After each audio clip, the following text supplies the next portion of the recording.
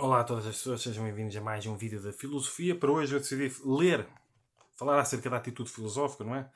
A atitude filosófica e o individualismo, um dos capítulos dessa minha obra, Ensaios sobre o individualismo intelectual e terapêutico. Posso até ler a sinopse, não é? Esta obra consiste em ensaios sobre o individualismo intelectual e terapêutico, apresenta uma nova forma de se compreender o individualismo, demonstrando como ele pode contribuir filosoficamente para a felicidade individual, mas também para a felicidade relacional e coletiva, com o auxílio de filosofias milenares, ocidentais e orientais, abrangendo quase todas as áreas da filosofia. É apresentada uma abordagem filosófica singular e inovadora que contribuirá para um desenvolvimento consciencial e felicitário do leitor. Portanto, esta obra é composta por muitos capítulos, mas capítulos relativamente curtos, não são capítulos exaustivos, grandes, digamos assim. Portanto, tem uma leitura relativamente acessível nesse enquadramento. Uma pessoa pode ler capítulo por capítulo, que pode ser, por exemplo, uma, duas, três páginas só. Portanto, eu vou ler o capítulo 48, a atitude filosófica e o individualismo, para vocês ficarem com uma ideia mais ou menos do que poderão, porque imaginem, a maior parte dos livros são vendidos online, portanto, muitos dos livros são vendidos online, as pessoas encomendam sem saber, sem pegar, sem dar uma vista de olhos na livraria física. Portanto, eu vou ler agora um capítulo que é para terem mais ou menos a noção daquilo que poderá estar aqui ou daquilo que poderão encontrar aqui. Claro que cada capítulo é um capítulo e eles vão-se conjugando de uma maneira ou de outra, mas também podem ser entendidos de forma independente, a maior parte deles, não é? Claro que começou a ler o conjunto, é melhor para compreender também as partes. Portanto, 48. A atitude filosófica e o individualismo. O individualismo intelectual e terapêutico realiza-se através de uma atitude filosófica perante a vida. Realiza-se a partir de uma atitude filosófica e ética perante a vida. As pessoas acabam por estar sempre envolvidas com a questão o que devo fazer. Esta é uma questão filosófica e ética por excelência. Se a ética tem necessariamente de ser filosófica, uma vez que a ética é uma disciplina da filosofia. Individualismo intelectual tem quase como definição ser uma atitude filosófica. Sugiro o estudo da minha obra, um ensaio sobre a atitude filosófica. Uma obra que eu publiquei, não é? A liberdade intelectual, a autonomia intelectual, a independência intelectual, o espírito crítico, a necessidade de se colocar em causa, de se questionar e desconstruir tudo, principalmente o que envolva a própria consciência, a própria felicidade e a própria vida, tem tudo a ver com a realização de uma atitude filosófica perante a vida, com a realização de um individualismo intelectual. Para esta atitude filosófica poder realizar-se plenamente, precisa de haver muita autoconsciência, muita autocentragem, muita autoestima, muita independência emocional e intelectual, muita humildade e muita coragem. A atitude filosófica gera uma libertação felicitária, mas também só é possível a partir do mínimo de liberdade individual. Ela é causa e consequência, ela é um elemento gerado e gerador. Um elemento gerador, seja como for, é central para o individualismo intelectual terapêutico. Este individualismo é uma espécie de orientação doutrinária, de autodoutrinação, ou simplesmente de não doutrinação. Cada pessoa tem de aprender a gerar a sua própria doutrina. Aprender com as outras filosofias, com as outras religiões, com as outras doutrinas, com as outras ideologias, com as outras culturas, com os outros princípios e valores de todos os tipos. Sim, claro que sim, mas sem rótulos, sem amarras, sem apegos, sem escravidão. Sem se perder a própria liberdade, sem se matar a própria essência e singularidade, sem se perder a liberdade, curiosidade e independência intelectuais, fundamentais para o individualismo intelectual, fundamentais para se poder realizar, uma profunda atitude filosófica perante a vida. Desde que nascemos, dependendo do nosso contexto, somos mergulhados em arquétipos socioculturais. Somos formados e formatados para sermos de mil e uma formas, para agirmos de mil e uma formas, para pensarmos de mil e uma formas, até para nos relacionarmos com a comida e o sexo de mil e uma formas. Tudo bem, é profundamente natural crescermos e aprender com o ambiente que nos envolve e até sermos influenciados por ele. Todavia, temos de aprender a desenvolver uma atitude filosófica que coloque tudo isso em causa. Poderemos estar infelizes por causa de quase tudo o que incorporamos de forma consciente e inconsciente desde que nascemos. É profundamente prejudicial se nos apegarmos a isso e não questionarmos, e não desconstruirmos, e não colocarmos em causa, vivendo como robôs, como androides, como macaquinhos de imitação, sem o mínimo de filosofar, sem o mínimo de atitude filosófica e ética perante a vida, sendo quase uma cópia de quem nos antecede, de quem nos antecedeu.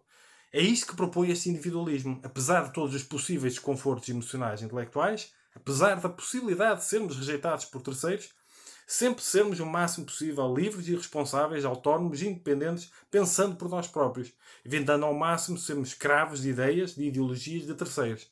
Isto se quisermos ser verdadeiramente felizes. Ora, se a felicidade importa, a atitude filosófica perante a vida também importa bastante.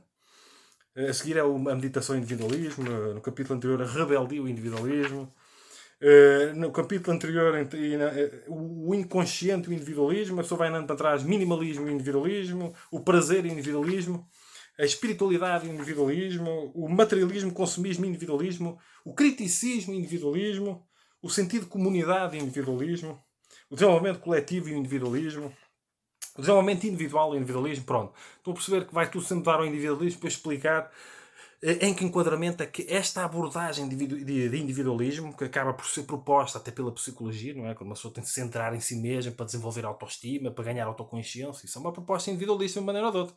Da individualidade centrar-se na própria individualidade. Até para desenvolver independência emocional e poder ter relacionamentos menos tóxicos, tanto para não ser tão tóxica como para não ser permeável a relacionamentos tóxicos. Isso tem a ver com o individualismo terapêutico. Esta questão do individualismo intelectual é para desenvolver a liberdade, a independência e a autonomia intelectuais, por exemplo. É uma obra que tem capítulos curtos, não é uma obra que pode ter aqui palavras assim, de vez em quando palavras mais difíceis, que é só ver no dicionário. Mas é uma obra relativamente acessível. Tem capítulos curtos, não é uma obra que uma pessoa está a ler e tem ali 100 parágrafos seguidos sem terminar o capítulo, e uma pessoa às vezes tem de parar porque tem outras coisas para fazer, não quer ler muito tempo seguido e depois já se perde. Não, aqui uma pessoa lê capítulo por capítulo, cada capítulo tem 2 ou 3 páginas, que é para ser acessível. No máximo tem 4 páginas e eu vou mostrando as diversas viés em que este individualismo é importante para uma pessoa se tornar uma pessoa melhor, para uma pessoa se desenvolver interiormente, filosoficamente, eticamente, e isso contribui para uma dimensão relacional, todo tipo de relacionamentos, mais saudável e felicitário, e para um coletivo mais saudável e felicitário. Porque se eu não me cuidar e for uma pessoa tóxica completamente, porque não me trata interiormente, porque não me desenvolve, não me centra em mim, estou a projetar a felicidade nos outros, estou a culpar os outros tudo, vivo uma síndrome da vitimização, sou uma pessoa nociva, difícil de lidar, não é? Se eu não me cuidar de mim e acabo por ser prejudicial para os relacionamentos, isso tem um impacto no coletivo. Portanto, quando uma pessoa tem objetivos coletivistas, mas descuida da individualidade, mas descuida de cada pessoa, nós não conseguimos resolver o coletivo enquanto cada pessoa estiver mal. Nós estamos a ter... Isso é que é utópico, não é? Enquanto se uma pessoa perspectivar cada pessoa se trabalhar interiormente, e os sistemas de ensino também ajudarem nisso, e políticas felicitárias, todo esse tipo de coisas, cada pessoa se desenvolver interiormente, isso vai naturalmente, creio eu, contribuir para uma coletividade mais feliz, em que as pessoas também deixam de fazer compensações de todos os tipos, porque é muito comum aquilo que uma pessoa não tem dentro vai ir buscar fora, não é? Se a pessoa não se valoriza interiormente, tem de fazer tudo, às vezes endivida-se para comprar coisas para ser valorizada pelas outras pessoas. Portanto, daquilo que não tem dentro, às vezes for preciso, gera endividamento, que parece não ter nada a ver, portanto, consequências económicas e financeiras, aquilo que uma pessoa tem dentro, endivida-se, causa problemas para ser valorizada por outras pessoas. Porque está numa tentativa de realização de fora para dentro, por exemplo. Portanto, o facto de uma pessoa não se cuidar interiormente, e quanto mais eu ouço as pessoas, para efeitos terapêuticos e não só, mais uma pessoa se percebe como está tudo doente nos relacionamentos, está tudo a projetar a felicidade nos outros. As pessoas saltam de relacionamento em relacionamento, não conseguem estar sozinhas. Não é? E todos os relacionamentos são nocivos, que a pessoa vai para um relacionamento em estado de carência, vai para um relacionamento à espera, mesmo de forma inconsciente, que a outra pessoa que traga prazer, que a outra pessoa traga felicidade, que a outra pessoa traga aquilo que a pessoa não tem dentro e que só pode encontrar dentro. Estão a perceber? Então, há coisas que uma pessoa vai buscar nas outras pessoas e que só pode encontrar dentro por falta de individualismo, que é esta volta para dentro, da individualidade para si mesma. Portanto, uma pessoa ser contra esta abordagem individualista, no fundo, é contra qualquer atividade terapêutica, que propõe a pessoa deixar de precisar de outras pessoas, e em termos emocionais, aquilo que só pode e que só vai mesmo encontrar dentro de si. Porque senão as pessoas criam relacionamentos de cobrança, de culpa, de julgamento, de dependência emocional, de conflito constante, porque a pessoa está infeliz e quer um relacionamento para lhe trazer felicidade, outra pessoa não traz a felicidade porque no fundo não pode trazer a felicidade, então a pessoa cobra, julga, culpa, outra pessoa é culpada pela própria infelicidade, pelo próprio sofrimento, torna-se um relacionamento conflituoso, tóxico, todos os tipos, porque a pessoa não tem vida interior, porque a pessoa não volta para dentro, porque a pessoa não realiza um individualismo intelectual terapêutico. Estão a perceber? Isto aqui coaduna, no fundo, até com a psicologia, com a neurociência, com as filosofias antigas, milenares, a filosofia budista, a filosofia taoísta. Porque se as pessoas não se trabalham interiormente, até em termos intelectuais, é fácil serem escravas de outras. É fácil depois haver todo tipo de relacionamentos e que a outra pessoa percebe que se depende emocionalmente dela e faz o que quiser. E manipula. A pessoa vai para um relacionamento em estado de carência. Aliás, a pessoa quer tanto um relacionamento porque está num estado de carência. E está à espera que a outra pessoa resolva isso. É inconsciente, as pessoas não se percebem. E como não percebem que o problema está dentro, não é os outros que são sempre errados, em termos de relacionamento, em termos de vazio interior, em termos de falta de autoestima. Como a pessoa não percebe que o problema está dentro, está sempre a apontar para fora. E entra facilmente numa síndrome da vitimização. De repente é vítima de tudo, fala mal de toda a gente tem culpa de tudo e mais alguma coisa que acontece na própria vida, da própria infelicidade, as próprias carências, frustrações e insatisfações. E o Tantra Yoga ensina o contrário, por exemplo. O centro do prazer está dentro de nós. O centro da realização está dentro de nós.